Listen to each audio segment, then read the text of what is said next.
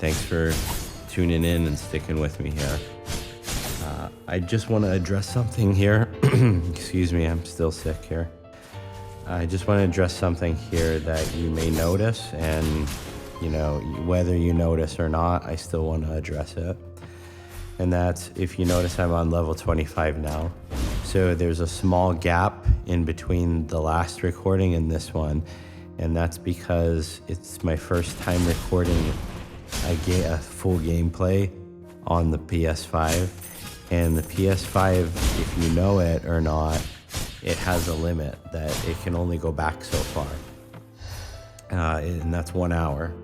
So essentially I overshot the 1 hour, and then I realized, oh no, it took too much time. And so going back, this was as far as it could go back at that point. So, but I know I can tell you honestly, I mean, I haven't been trying to, I could have edited out my deaths and stuff, but the level, I keep the level as consistent as possible, and I can tell you for sure that I haven't died at all during this time period. Most of this area is pretty easy. You'll see I don't really have any problems with that. But I just wanted to bring that up. I think this is the only time that it happens, because eventually I start putting an alarm on my phone that'll go off every 57 minutes or so, and then I have enough time to save everything, and it's going to overlap a little bit just in case. So that's what happened. But since then, I started recording in OBS, which is much better. It saves me a few steps, like workflow wise, and it also, of course, there's no limit on it, so I can record without worry.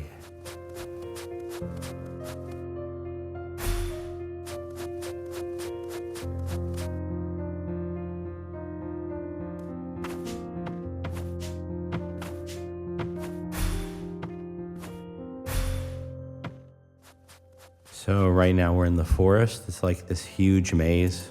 So it's really important to pay attention to the map, of course. And I didn't have any problems with it, actually. I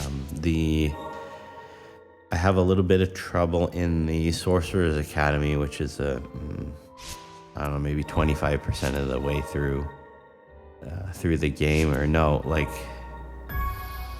maybe halfway through the game, I guess. And that was a little more tricky than this one, but this one wasn't too bad. And so I just go through it pretty smoothly. We're going to be coming up on the wolf boss, which he's not too bad. He's pretty easy, but he has a couple tricky things that he does.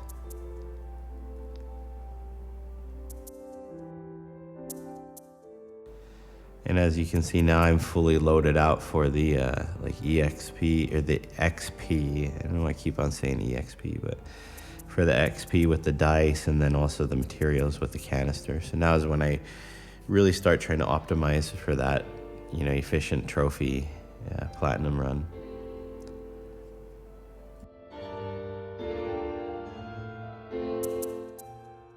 So I guess I should probably comment on some of my relic choices here. I haven't done that much so far. So the tarnish tag, 10% total defense upgrade essentially. That is a must-have, especially for the kind of run that I'm trying to do. So to have that on and constantly working, then the XP dice, and then the eye of the beast, I think it's called, for the materials. Those are obvious choices because I want to accumulate as much as I can in those things. And there's also the cooldown one, which I recommended. That was the best one. And then finally, the last one was the I believe it was the attack, like a permanent upgrade on attack. So those ones are just the best so far. And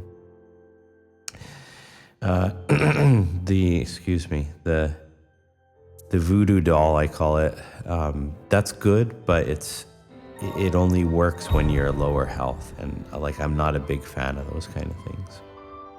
So for me, I don't use it as much, but it's a decent one to throw on there if you have the slots for it.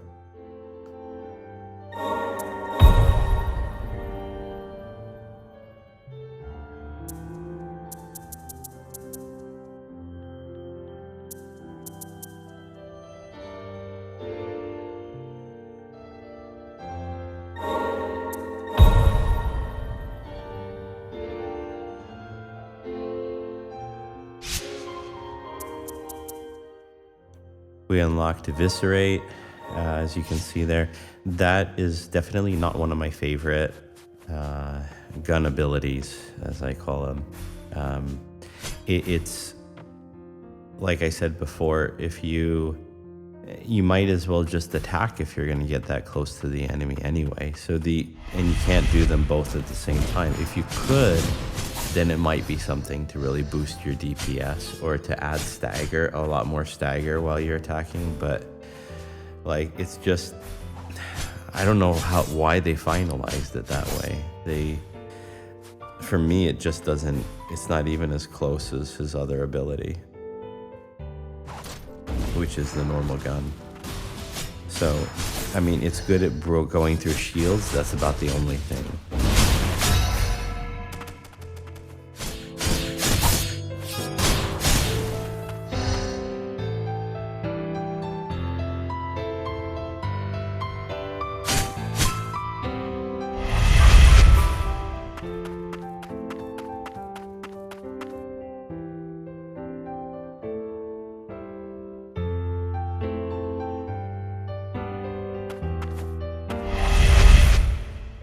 The map here is pretty complicated, right? So it's I'm just trying to go to all, I said, like the paths which I think are going to terminate the fastest, so I can get them out of the way and I can complete the map without like going to the next level or the next area, and then I have to backtrack more, or like not remember where I was or where I didn't go a little bit more. So I'm just trying to complete this by doing it that way and going through like trying to terminate as many of the paths as I can.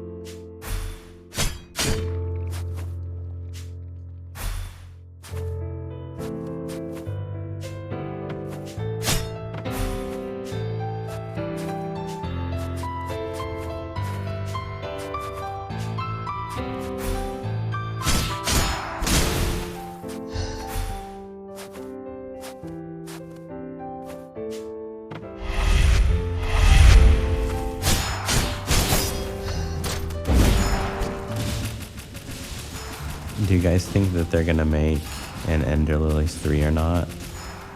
I think they almost have to, just to get to make it a trilogy. And plus, I'm not sure, but I think this series, the second one here, sold more than the first one. So in that case, it's almost guaranteed that they have to make a new one, right? But the third one, if you guys have any ideas on what kind of universe the third one would be, let me know in the comments. Me personally, I personally would like to see a space version. It sounds a little bit silly, but it would be really cool because it would be like Metroid Prime.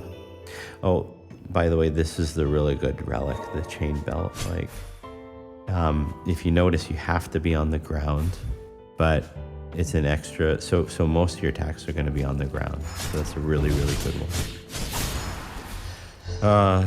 The other thing is yeah. So I think if it was space, I think that would be really cool. Just like how Metroid, it wasn't Metroid Prime, it was Metroid Dread. Just very similar to that. That would be really cool, actually.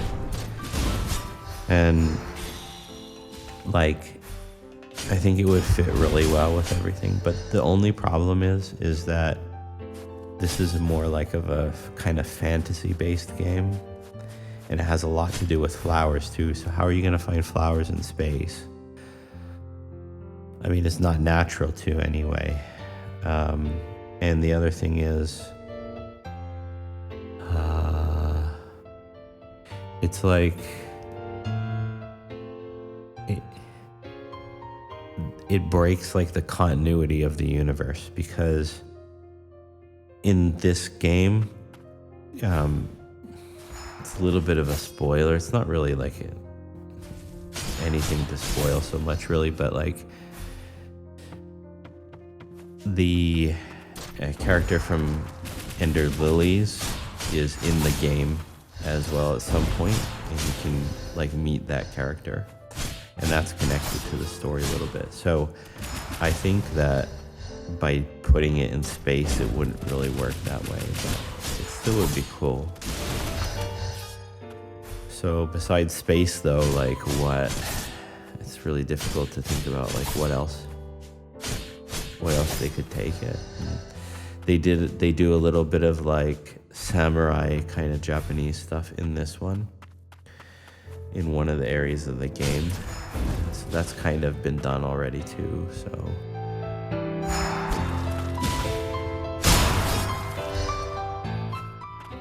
But it's just difficult to think about.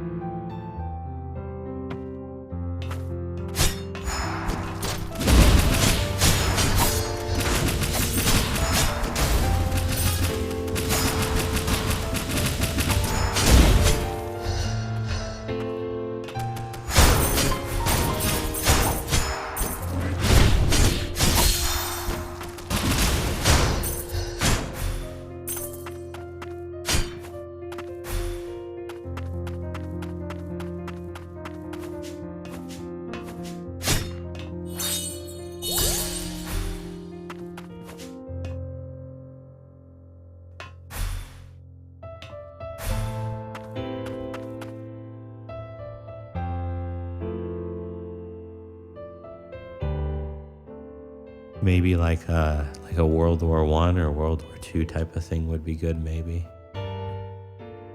With that kind of aesthetic. Or yeah, it's difficult, isn't it?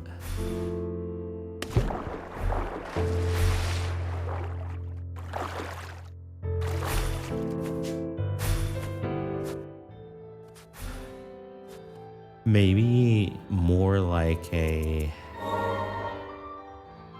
Greek setting, or like an ancient Rome type of a setting. They haven't really done anything like that, or like a Castlevania-ish kind of a thing. There's the good if you guys ever heard of the game Rygar, like the PS2 remake.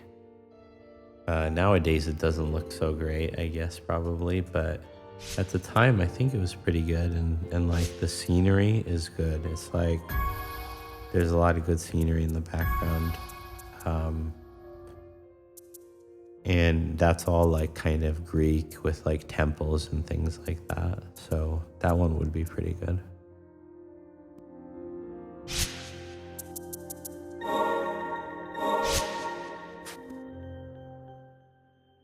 So here I just optimized my relics a little bit. I'm going for, I really wanted that damage boost on, so I put that on, and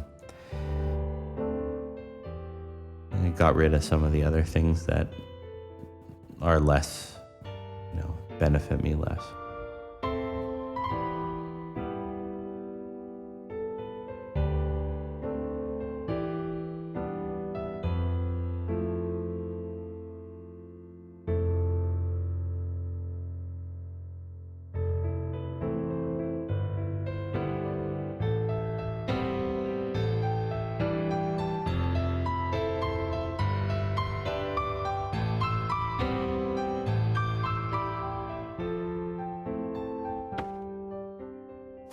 I feel like the game does a really, really good job with the map system, because the distances are pretty accurate, and if there's like a certain like a platform or something, you can see it very clearly.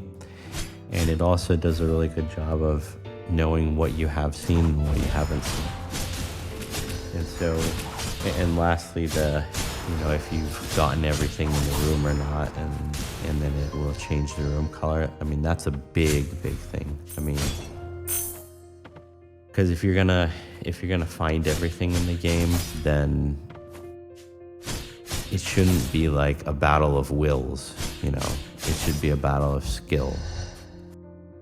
And so, yeah, sure, you can waste all of your time looking everywhere and not knowing if the room's completed or not, but like, why should it be that way? So, as far as, in my mind, any type of game like this should have that mechanic with the map.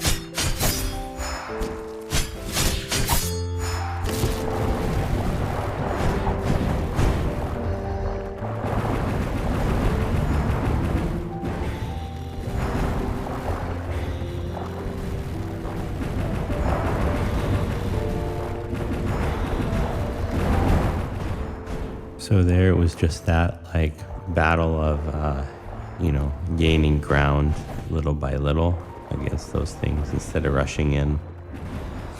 It's the safer play. So knocking them out one by one.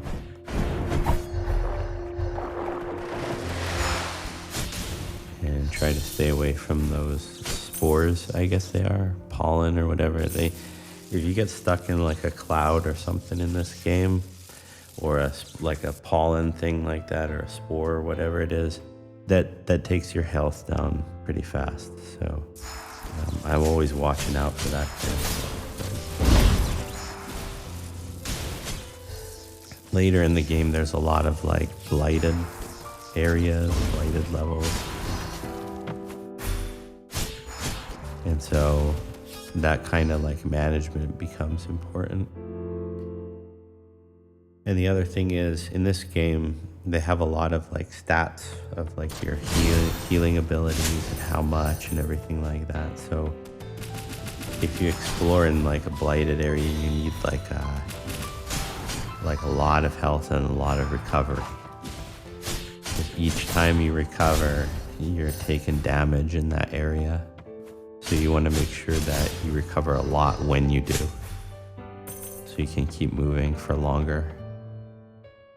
But we'll come up on that in the future. There's one really tricky area in this game, and you have to be careful when you come across it, and think about that a lot. Otherwise, you might have to keep replaying it.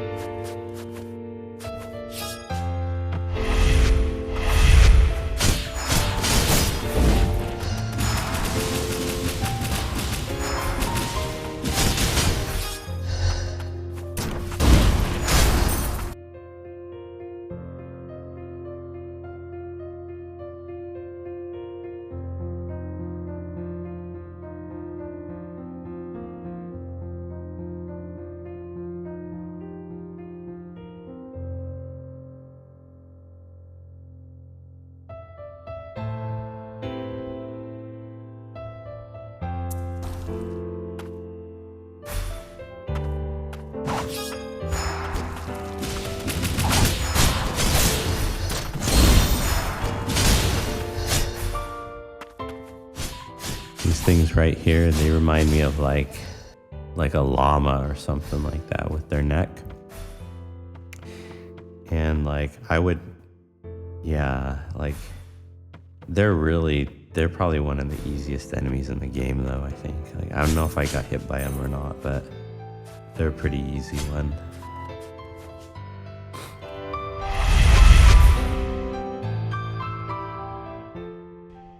If you could have any pet, real or not real, game or not game, fiction or not fiction, what one would you have?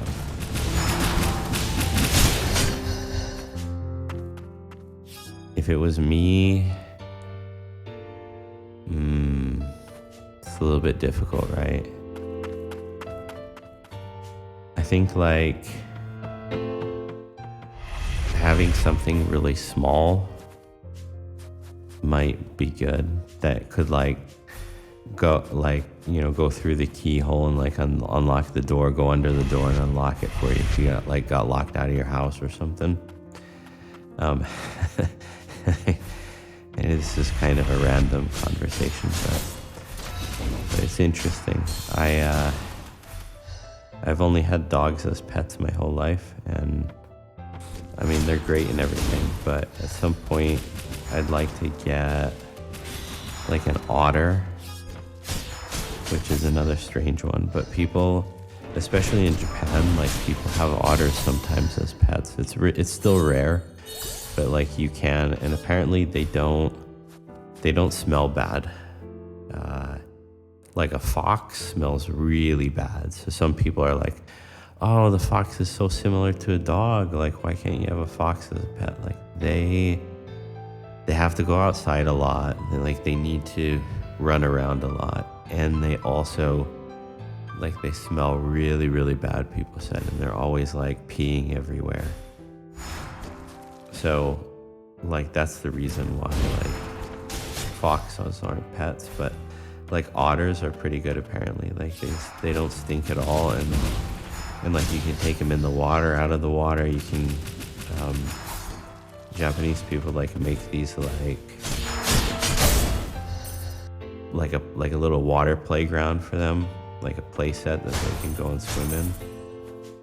I think that's like a really cool pet to have. But I'm so busy with everything, I don't think I could have a pet. But yeah, what do you guys think? Like, real or not real? Like Pikachu would be a good pet or no? Because like, if it got angry at you, it would just like electrocute you and you'd die. So it seems like it would be a good pet because it's popular, but I think it would actually be a horrible pet. It's like you'd be sleeping and you'd try to pet it and you'd get all startled and have to go to the hospital because you got electrocuted. It wouldn't be a really good pet.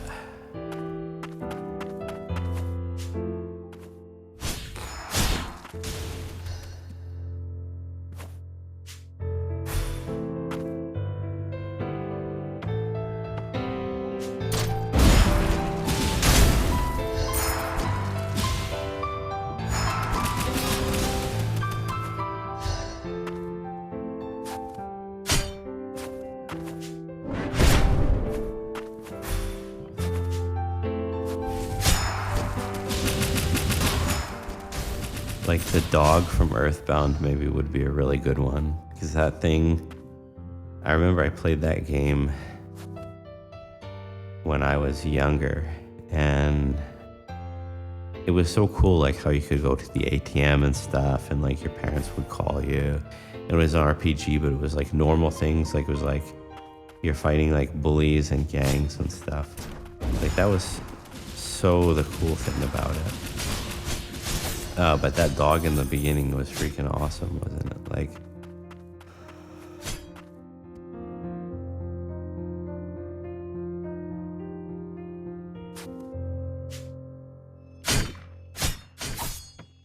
this owl kind of reminds me of the one from Jason and the Argonauts.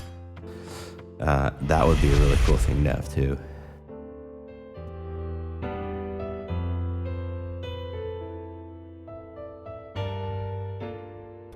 I guess if there was one pet that you could get maybe from any TV show or anything like that, maybe Grimlock from Transformers G1 would be like the coolest thing.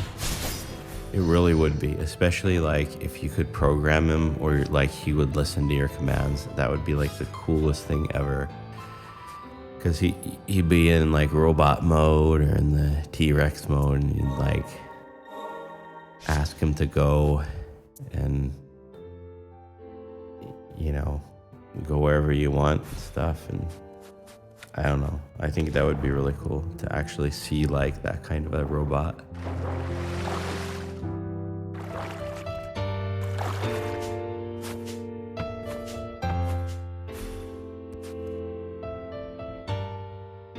Anyway, enough of that silly conversation. I'll focus on the gameplay now a bit. So we've got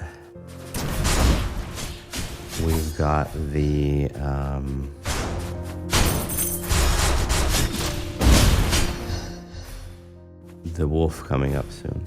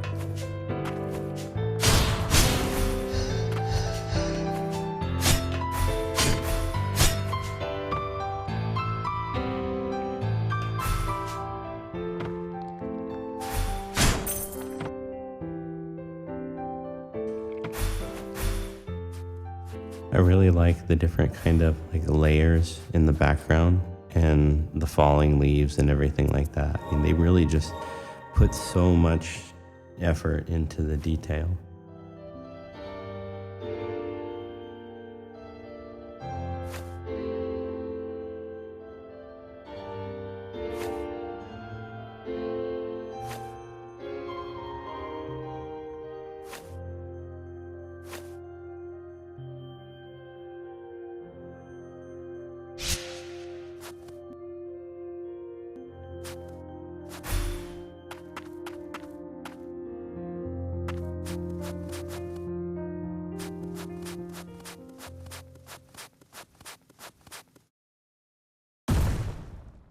So here we go, came up on the boss. The little conversation there at the rest stop was a little bit of a hint, wasn't it?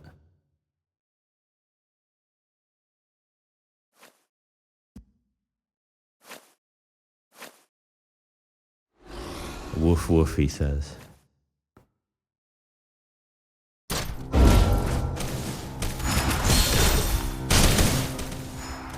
So that bit of speed there surprised me. Yep, not gonna get me the second time.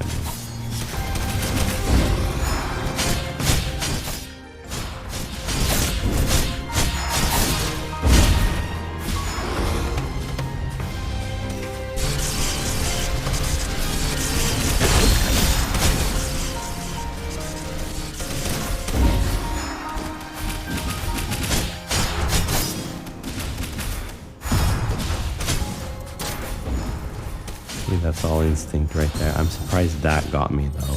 That I was just at the edge of that hitbox. Like I had to have been. I thought like I was far behind him enough.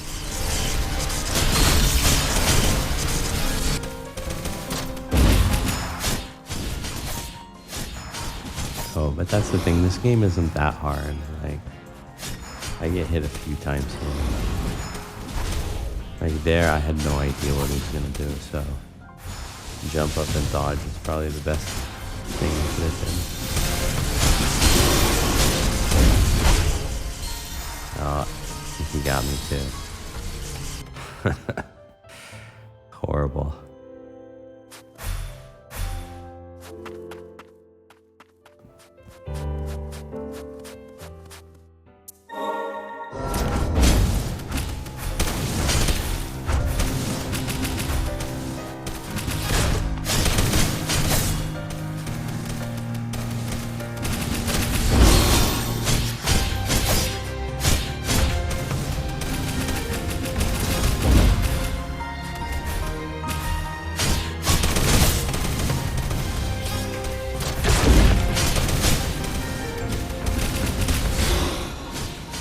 Got the parry there. That was a bit risky.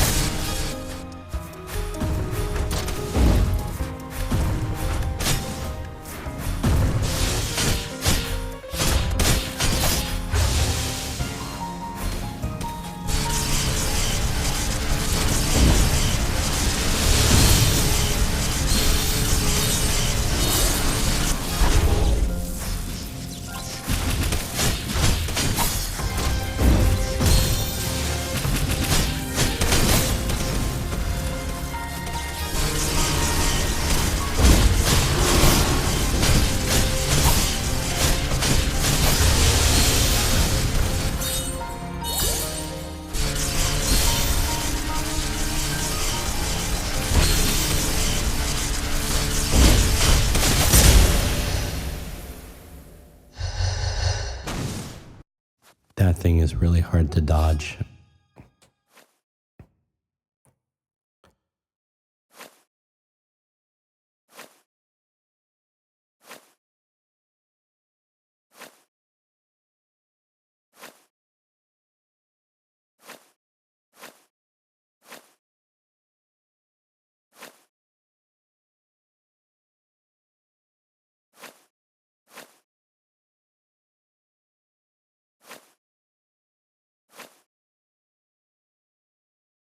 I think like now, since I tried the boss rush as a speed run quite a bit, I think I could dodge him pretty well when he does that. But really what you're supposed to do, I think, is to use the shackled beast to parry it, because the window is so big. And so that's what I did a lot in the speed run.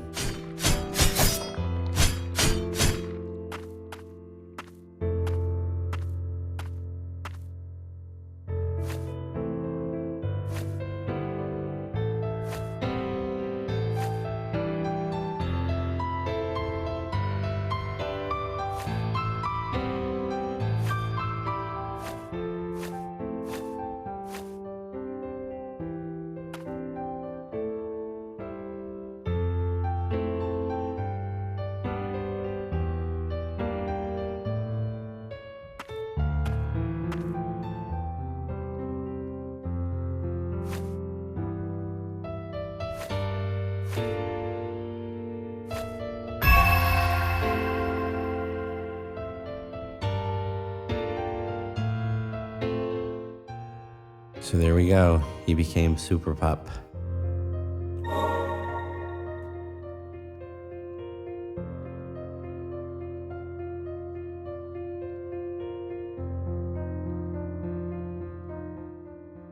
The key point here is the ability to destroy the parts. That's really good. That ended up helping me like farm for materials a bit. Now this room is fairly important. You come back here a few times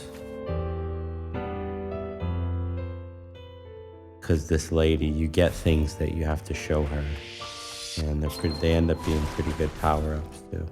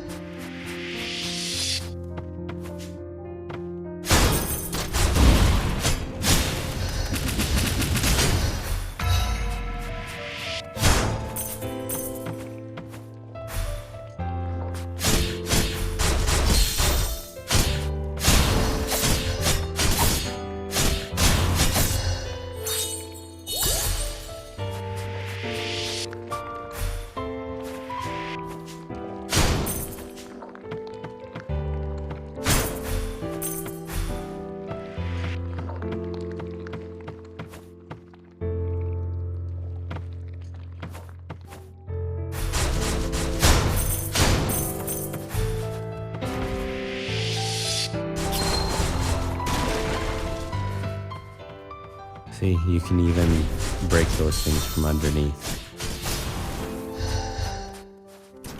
So it's always good to try whatever you think works, or whatever you think is going to be the easiest.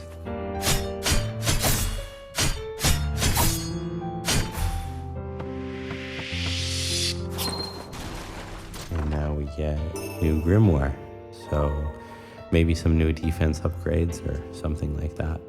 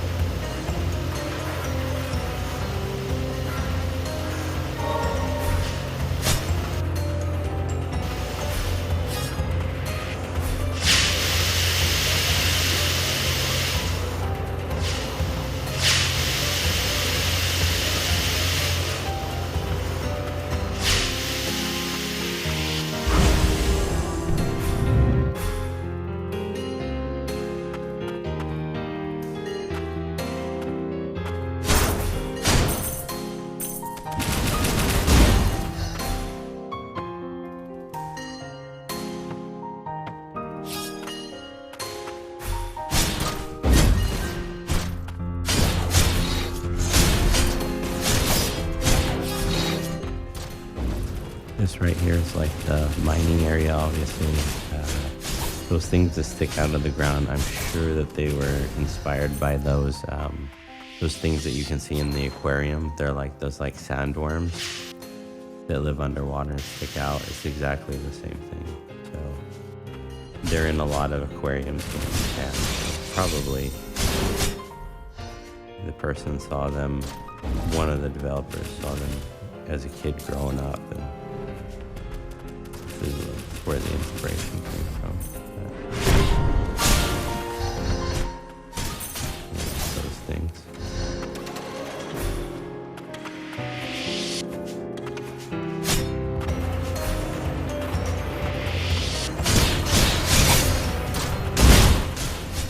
Again, that sickle, so good with that range. Hits things in front of you and behind you. It's just, the game would have been so much harder with the sword.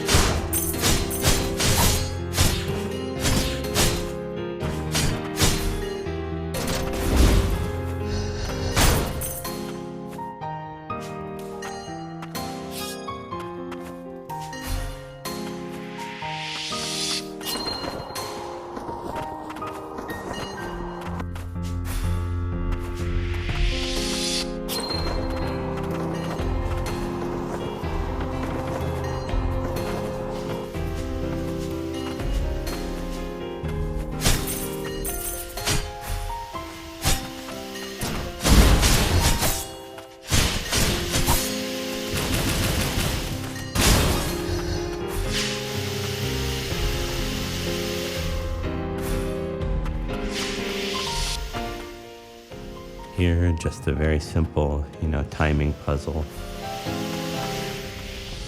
And you just want to get to it right when it fades, right when it stops. That's the window that you're aiming for.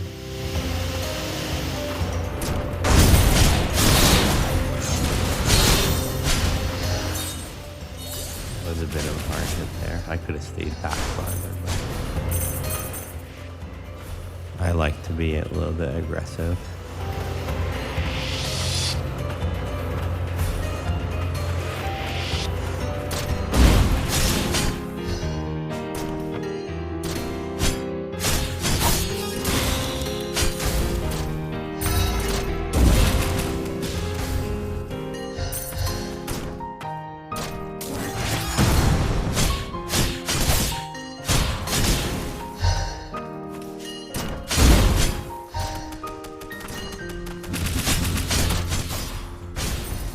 That attack that you can do, I call it the ground pound because it's like the Mario ground pound. That it's supposed to break parts, but it doesn't really do it so well. So I rarely attack using that, but sometimes it has a benefit if you want to go down quickly at the same time. Then it's a little bit beneficial to do it that way. And so there, I just thought I would run at it and see where it's at in the cycle, and happened to be in a really good spot. So anyway, that's about it for this video. It should be about an hour total between everything. So thanks again. We'll see you on the next one.